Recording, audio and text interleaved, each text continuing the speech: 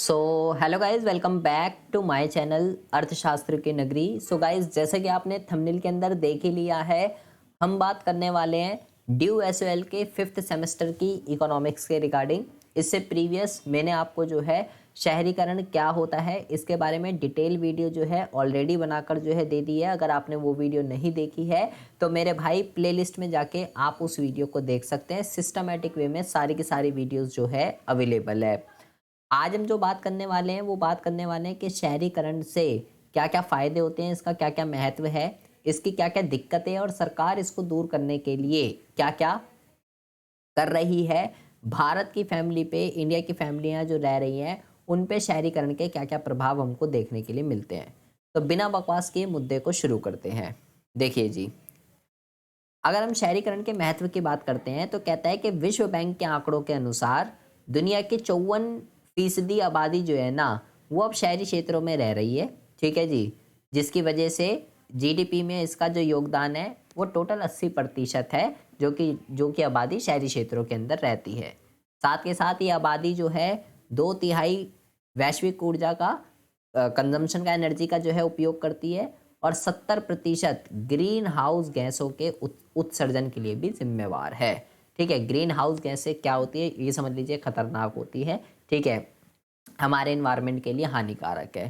तो उसमें भी उसके प्रोडक्शन में 70% कॉन्ट्रीब्यूशन इन्हीं का ही है, जो लोग शहरों के अंदर रह रहे हैं। अच्छा, फायदे क्या क्या है शहरीकरण होने से? कुछ 4-5 फायदे नीचे दे रखे हैं। वन बाय वन हम जो है डिस्कस करते हैं। शहरीकरण का सबसे पहला फायदा क्या है, महत्व कह लीजिए, फायदा कह लीजिए, आर्थिक गतिविधियों को बढ़ावा मिलता है। वो सारी की सारी चीज़ें वो सारी की सारी चीज़ें जो पैसा कमाने के उद्देश्य से की जाती है, शहरीकरण कहलाती है। उत्पादकता बढ़ती है, पर रिसोर्स की प्रोडक्टिविटी जो है बढ़ती है, विशेषकर मैन्युफैक्चरिंग और सेवाओं में रोजगार सृजन को प्रोत्साहन मिलता है। मतलब जब लोग गांव से शहर की तरफ आ रहे हैं अपना एग्रीकल्चर छोड़ के, तो सेकेंडरी सेक्टर और सर्विस सेक्टर, ये दोनों सेक्टरों को जो है क्या मिलता है, प्रोत्साहन मिलता है। लोग जब यहाँ पे लगते हैं, यहाँ पे रोजगार का सृजन होता है, जिसकी वजह से उत्पादकता और उत्पादन बढ़ते हैं। अब जब लोग गांव से शहरों की तरफ आ रहे हैं तो इसके चलते अलग अलग तरीके की संस्कृतियां और परंपराएं, हाँ, सबकी संस्कृति परंपराएं अलग अलग होती हैं। अब जब लोग आपस में बातचीत करेंगे, एक दूसरे से मिलेंगे जुलेंगे, तो एक दूसरे की संस्कृति, एक दूसरे की परंपराओं को समझने का अवसर मिलता है। ये शहरीकरण का जो है फायदा है, ये शहरीकरण का जो है महत्व है। अब जब शहरों के अंदर रोजगार का सृजन होगा, जीडीपी बढ़ेगी, राष्ट्रीय आय बढ़ेगी, एज अ रिजल्ट प्रति व्यक्ति आय बढ़ती है। और जब आपकी प्रति व्यक्ति आय बढ़ती है तो आपकी क्वालिटी ऑफ लाइफ, आपका लिविंग स्टैंडर्ड जो है वो बेटर से बेटर होता है। जैसे जैसे शहरीकरण होता है और शिक्षा का विकास हो रहा है, शहरीकरण हो रहा है, लोग शहरों में रह रहे हैं, गांव के लोगों की सोच अलग होती है, शहरों के लोगों की सोच अलग होती है। आपने ऐसा सुना होगा, जिसके कारण ये जाति प्रथा वगैरह जो चीज़ें होती हैं, ठीक है, तेरी ऊंची कास्ट है, मेरी नीची कास्ट है, ठीक है, हम नीची कास्ट वालों के साथ ऐसा नहीं करते, ये सारी व्यवस्थाएं अब धीरे धीरे ख़त्म हो रही है।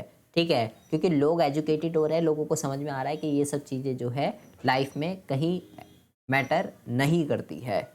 तो शहरीकरण के क्या क्या फ़ायदे हैं, ये 5 फ़ायदे शहरीकरण के यहाँ पे आपने देखने के लिए मिलते हैं। ये 5 आपको बहुत ही अच्छे से, बहुत ही सिंपल है, बहुत ही आराम से आपको उसको पढ़ लेना है। अच्छा जी, अब ये जो शहरीकरण हो रहा है, तो भाई इसका भारत की फैमिलियों पर क्या क्या इफ़ेक्ट पड़ रहा है? भारत के अंदर जो लोग रह रहे हैं, लोग गांव में भी रहते हैं, शहरों में भी रहते हैं, लेकिन भारत के अंदर जो लोग रह रहे हैं और लोग शहरों के अंदर जो रह रहे हैं बेसिकली, उन पे क्या इफ़ेक्ट पड़ रहा है इस चीज़ का? तो देखिए क्या लिखा हुआ है। कहता है भारत में पारिवारिक संरचना और व्यवस्था शहरीकरण का असर देखने को मिला। मतलब भारत के अंदर जो लोग रह रहे हैं उस पर अर्बनाइजेशन का इफेक्ट देखने के लिए मिल रहा है। क्या इफेक्ट देने के लिए मिल रहा है? परिवार के सदस्यों के आपसी रिश्ते, दो परिवारों के बीच का रिश्ता और परिवारों के काम, इन सब पर जो है असर पड़ रहा है। परिवारों के अंदर अब जो है जॉइंट फैमिली नहीं रहती है, अब न्यूक्लियर फैमिली, अपने बीवी बच्चे अपने अलग रहते हैं। ठीक है, इसका चलन जो है बहुत ज़्यादा अब बढ़ रहा है।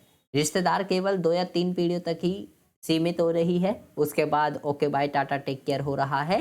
एंड पति के वर्चस्व वाला परिवार, मतलब कि जहाँ सिर्फ पति की चलती है, पत्नी की नहीं चलती है, अब ये सब खत्म हो रहा है। समानतावादी परिवार में बदल रहा है, मतलब जहाँ पे पत्नियों को भी डिसीजन लेने में इन्वॉल्व किया जाता है। ऐसा ही नहीं कि हर कोई जो है पति ही ने जो बोल दिया पति ही करेगा हर कुछ, ऐसा कुछ नहीं है। माता पिता बच्चों पर जो है अधिक अधिकार नहीं जमाते हैं कि हाँ जी यही है, यही करेगा, जो हम कह रहे हैं वही वैसा होगा, वैसा कुछ नहीं है। बच्चे अब आँख बंद करके जो उनका मन चाहे वो कर सकते हैं, वो माता पिता की आज्ञा का पालन नहीं कर रहे हैं। बिल्कुल सिंपल और बिल्कुल सरल सा लिखा हुआ है, ठीक है। शहरों के अंदर जो संयुक्त परिवार हैं, अब उसमें जो घर के, अब ऐसा नहीं खत्म ही हो गया, जॉइंट फैमिली है, लेकिन अब जो जॉइंट फैमिली है, पहले क्या होता था, उस जॉइंट फैमिली में जो प्रधान है, जो सबसे बड़ा बुजुर्ग है, वही डिसीजन लेगा और जो उसने बोल दिया वही होगा। लेकिन अब ऐसा नहीं है। अब उनको जो भी डिसीजन लेना होता है वो अपने छोटों से जो है सलाह मशवरा जो है कर लेते हैं। तो इस टॉपिक के अंदर, इस पैराग्राफ के अंदर बेसिकली आपको ये बताया गया है कि शहरीकरण के होने से इंडियन फैमिलीज पर किस तरीके का इफेक्ट, किस तरीके का प्रभाव देखने के लिए मिल रहा है। अच्छा जी, क्वेश्चन ये है कि अगर शहरीकरण हो रहा है तो इससे दिक्कतें क्या हैं, इससे क्या क्या परेशानियां, क्या क्या चीज़ें हमको देखने के लिए मिलती है। बहुत ही आसान और बहुत ही इजी चीज़ें देखने के लिए मिलती हैं। जैसे कि बिल्कुल सिंपल सिंपल देखिए, आवास का मतलब रहना होता है, ठीक है। आवास और मलिन बस्तियों का विस्तार हो रहा है, मतलब शहरों के अंदर घर वगैरह, झुग्गी झोपड़ी वगैरह, ये सब जो है ये कह सकते हैं ज़्यादा बन रहे हैं, ज़्यादा जो है इनका विस्तार हो रहा है। पानी की सप्लाई की दिक्कत है। अब ये लोग गांव से शहरों की तरफ आ रहे हैं, हर बंदे को अपनी नीड और अपनी वांट्स को पूरा करने के लिए रिसोर्स चाहिए होते हैं। अब पानी की सप्लाई इतनी है नहीं, लेकिन डिमांड है, तो भाई सप्लाई कम है, डिमांड ज़्यादा है, जिसकी वजह से पानी की दिक्कत है। जल निकासी का बेहतर ना होना, नाली, सीवर, ये सब क्या है, इसका अच्छा मैनेजमेंट नहीं है। बारिश आती है, पानी जमा हो जाता है, बाढ़ तक की जो है दिक्कत आ जाती है। अभी अभी हाल ही के हालात में आपने बहुत अच्छा एग्जांपल देख ही लिया होगा दिल्ली के अंदर। ट्रांसपोर्टेशन की दिक्कत है, कोई भी ट्रांसपोर्ट ले लीजिए, रेल, मेट्रो, बस, कुछ भी ले लीजिए, इतनी भीड़ रहती है। कहाँ से आ रही है ये भीड़? शहरीकरण से ये भीड़ हो रही है। बिजली की कमी है, सेम, जितनी सप्लाई नहीं है उतनी डिमांड है। तो भाई जिस हर फैमिली को जो है बिजली जो है नहीं मिल पा रही है। हर बंदे के अपने अपने ट्रांसपोर्टेशंस हैं, ठीक है, जिसकी वजह से प्रदूषण जो है बहुत ज़्यादा हो रहा है। लोग गांव से शहरों की तरफ आते हैं कि कुछ काम धंधा मिलेगा, लेकिन जब वहाँ भी कुछ नहीं मिलता, भीख मांगने तक की नौबत आ जाती है, चोरी डकैत अपराध करने की नौबत आ जाती है कि भाई कैसे भी करके हमको अपना सरवाइव करना, उसके लिए हमें चाहे किसी की जान ही क्यों ना लेनी पड़ जाए। बहुत सिंपल सिंपल यहाँ पे लिखे हुए हैं, आप बहुत ईजिली इसको जो है लर्न कर सकते हैं। हेडिंग डालेंगे, ये हेडिंग डालेंगे और इसके अंदर एक्सप्लेनेशन दे देंगे एक एक दो दो लाइन की। ये बहुत इंपॉर्टेंट टॉपिक है, एग्ज़ाम के अंदर जो है पूछा जाता है कि शहरीकरण से जो है क्या क्या प्रॉब्लम्स आती है, क्या क्या दिक्कतें पैदा होती है। भ्रष्टाचार की दिक्कत और शराब की दिक्कत, ठीक है, शराब और ड्रग्स से ये सब जो है बहुत ज़्यादा होने लगता है। अब अगर ये हो रहा है तो हो रहा है, चलो ठीक है, कोई दिक्कत नहीं है, तो इसको दूर भी तो कोई करेगा ना। अब ये हो रहा है तो इसको ऐसा तो नहीं हम कि हाँ इसको ऐसे ही छोड़ दें, इसको दूर भी करना पड़ेगा। तो इसको दूर करने के लिए सरकार क्या क्या कदम उठा रही है, सरकार क्या क्या कर रही है। सरकार इसके लिए कई तरीके के मिशन, कई तरीके के अभियान, कई तरीके के कार्यक्रम चलाती है, ठीक है। बहुत ही इजी जो आप अपनी डेली लाइफ के अंदर देखने के लिए मिलते हैं। स्वच्छ भारत अभियान चलाती है, आपको अच्छी गंदगी ना मिले, जहाँ पर रह रहे हो वहाँ साफ़ सफाई मिले, अच्छा पानी मिले, अच्छा खाना मिले, ताकि आप बीमारियाँ वगैरह से, गंदगी वगैरह से दूर रहें। सरकार आपको प्रधानमंत्री आवास योजना के अंतर्गत घर प्रोवाइड करती है, उसके लिए लोन देती है। राजीव आवास योजना में भी लोन वगैरह की फैसिलिटी, आपको घर वगैरह की फैसिलिटी दी जाती है। ऐसी कई तरीके की स्कीम है, कई तरीके के प्रोग्राम हैं। स्मार्ट सिटी मिशन जो है सरकार ने चालू किया है। ये 4-5 तो बिल्कुल नॉर्मल है, बिल्कुल बेसिक है, जो आपको अपनी डेली लाइफ के अंदर देखने के लिए मिलते हैं। अगर आपको इसमें से एक भी नहीं पता कि स्मार्ट सिटी मिशन क्या होता है, स्वच्छ भारत अभियान क्या है, प्रधानमंत्री आवास योजना, आवास का मतलब रहना होता है, ठीक है। देखो ये तो बिल्कुल बेसिक है, तो आप भाई ये अगर स्वच्छ भारत अभियान नहीं पता, भाई मुझे नहीं लगता कि किसी बच्चे को स्वच्छ भारत अभियान नहीं पता होगा, ठीक है। ऐसे कई सारे अभियान हैं, इन सब का जो मोटिव है, वो जो ऊपर हम दिक्कतें पढ़ के आए हैं, वो सारी उनको दूर करना है, ठीक है। आपको इसमें से नहीं पता, कोई दिक्कत नहीं है, सिर्फ उसका नाम याद कर लीजिए इसकी स्कीम का। जैसे कि दीनदयाल अंत्योदय योजना, जवाहरलाल नेहरू राष्ट्रीय शहरीकरण नवीनीकरण mission, credit risk guarantee fund. सिर्फ स्कीम के नाम याद कर लीजिए, ठीक है। ये क्या है क्या नहीं है इसको हमें डिटेल में बिल्कुल भी नहीं पढ़ना है कि स्मार्ट सिटी मिशन के अंदर क्या बताया गया है, स्वच्छ भारत अभियान के अंदर क्या बताया गया है, हमें ये नहीं पढ़ना। सिर्फ इसमें से 5 से 6 मिशन मिशन है, कुछ योजनाएं हैं, कुछ कार्यक्रम हैं, कुछ अभियान है, बस ये पढ़ लीजिए। आपका कल्याण, ये हेडिंग पढ़ लीजिए, आपका कल्याण बस इसी में हो जाएगा। 6 इसमें से कोई भी पढ़ लीजिएगा, आसान आसान। तो भाई सरकार शहरीकरण के अंदर जो प्रॉब्लम हम जो ऊपर पढ़ के आए हैं उसको दूर करने के लिए ये स्टेप जो है ले रही है। कई तरीके की स्कीम, कई तरीके के अभियान, कई तरीके का कार्यक्रम जो चला रही है कि कैसे भी करके शहरों के अंदर जो दिक्कतें आ रही है वो जो है दिक्कतें कम से कम हो, ठीक है। आगे क्या कहता है, एक छोटी सी 2 टॉपिक है। जैसे कि पहले में लिखा हुआ है भारत में शहरी गवर्नेंस खराब क्यों है। देखिए शहरी गवर्नेंस खराब क्यों है। पैसों की जो है सबसे पहली बात तो कमी है, ठीक है। एंड जवाबदेही और पारदर्शिता का अभाव है, मतलब कि कौन रिस्पॉन्सिबल है उस चीज़ के लिए वो कुछ नहीं पता। ट्रांसपेरेंसी की कमी है, ठीक है, ट्रांसपेरेंसी की कमी है। पारदर्शिता का मतलब ट्रांसपेरेंसी होता है। एंड अनुचित शहरी नियोजन, कोई शहरीकरण की कोई प्लानिंग नहीं है। अनुचित शहरी नियोजन का मतलब अनप्लैंड है सब कुछ। परियोजनाएं जो प्लानिंग जो चालू की जा रही है, जो योजनाएं, उनका खराब क्रियान्वयन, सही तरीके से उसको जो है रनिंग में नहीं लाया जा रहा है। विभिन्न एजेंसियों के बीच कोऑर्डिनेशन की जो है कमी है। एंड शहरी विकास नीति का जो है अभाव है।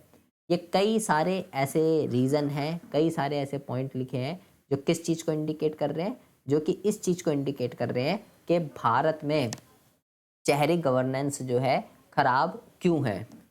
अब खराब है वो तो ठीक है, तो फिर इसको सही कैसे करें। देखिए एक लास्ट वो है कि आगे जो है क्या किया जा सकता है। एक ये है, उसके बाद ये पूरा चैप्टर आपका जो है ख़त्म हो जाएगा।